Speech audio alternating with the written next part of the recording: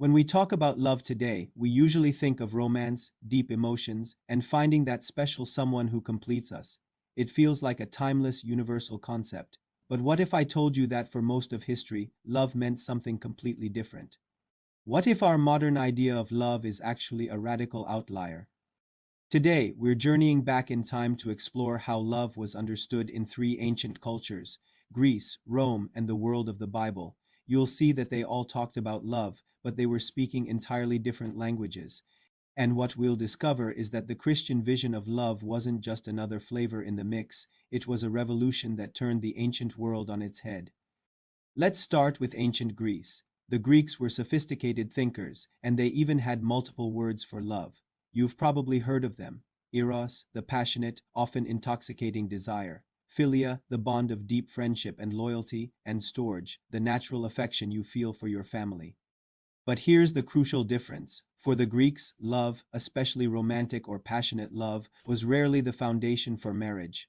Marriage was a practical arrangement. It was about forging family alliances, securing inheritance, and maintaining social order. Eros was something you might find outside of marriage, a powerful force to be celebrated in poetry and art, but it wasn't tied to lifelong commitment. It was a feeling, a desire, often disconnected from responsibility. Greek philosophers like Plato spent a lot of time thinking about love. They saw it as a ladder that could lead the soul to contemplate beauty and truth, but this higher love was often abstract and detached. It was about loving ideas more than loving messy, imperfect people. Love could elevate your mind, but it didn't demand that you sacrifice yourself for someone weak or marginalized. Compassion was a nice idea, but it wasn't a moral obligation. Now let's travel over to the Roman Empire. If the Greeks saw love through a philosophical lens, the Romans saw it through the lens of power, duty, and social status. Roman society was built on a rigid hierarchy, and love followed that structure. Everything was about serving the state and upholding family honor.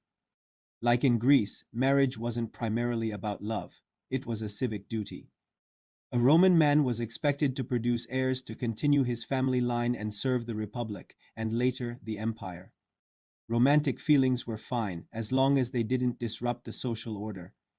Fidelity was demanded of wives to ensure the legitimacy of heirs, but for powerful men, affairs were often overlooked. Love in Rome was fundamentally hierarchical. It flowed downwards, from the powerful to the powerless, from masters to slaves, from men to women. The idea of mercy was often viewed as a weakness, a sign that you weren't strong enough to be ruthless when necessary. The concept of sacrificing yourself for an enemy, that was not just strange. It was unthinkable. For the Romans, love served to reinforce the existing order, not to transform it. So let's pause and look at the world we've just described. In both Greece and Rome, inequality was just a fact of life. It was considered natural and unchangeable. Some people's lives simply mattered more than others. Love and compassion were reserved for those who were worthy, those who were your equals or your family. The poor, the sick, slaves, and unwanted infants existed on the absolute margins of society. No one was teaching that love demanded you care for them, let alone sacrifice for them. Compassion was a choice, a luxury, not a command. This is the world that Christianity was born into, and it didn't just add a new idea about love. It brought a bombshell. The Bible introduced a concept of love that was utterly alien to the Greco-Roman mindset. In the biblical view, love was no longer about fleeting desire or social duty or abstract philosophy. It was defined as agape, a resolute, faithful commitment that expresses itself in self-giving action. And here's the most shocking part: this love was commanded. It wasn't just for your friends, your family, or people you found attractive. It was to be extended to everyone: your neighbor, the stranger, the poor, the outcast, and most scandalously of all, your enemies. Imagine how this sounded to a Roman citizen or a Greek philosopher. This new teaching completely challenged the social hierarchies that their worlds were built on. It redefined human worth, declaring that every single person was valuable, not because of their status or usefulness, but because they were created in the image of God. The central symbol of this new faith was the cross. To the Greeks, with their love of wisdom and logic, the idea of a god suffering and dying was pure foolishness. To the Romans, who valued strength and honor above all, a crucified savior was the ultimate symbol of shame and weakness, a criminal's death.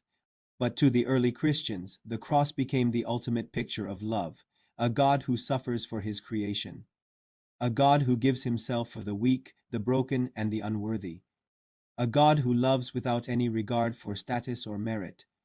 There was absolutely no parallel for this in any ancient religion or philosophy. It was completely new. So Christianity didn't just tweak the ancient world's ideas about love, it dynamited them. The ancient world already knew about passionate desire. It understood loyalty to friends and family. It valued duty to the state. But it did not know a love defined by self-giving, unconditional sacrifice, especially for those who couldn't give you anything in return. That vision entered history through the Bible, and it fundamentally rewired the moral imagination of the world. The values we often take for granted today, that every life has equal worth, that we have a duty to care for the vulnerable, that true love involves sacrifice, these ideas are not the default settings of human civilization. They have a history, they have a source. When we compare ancient Greece, Rome, and the Bible, the conclusion is inescapable. The Christian faith didn't just borrow its concept of love from the surrounding culture. It redefined it from the ground up, creating a legacy that continues to shape our world in profound ways. Thanks for joining me on this journey through history. If you found this exploration insightful, make sure to subscribe.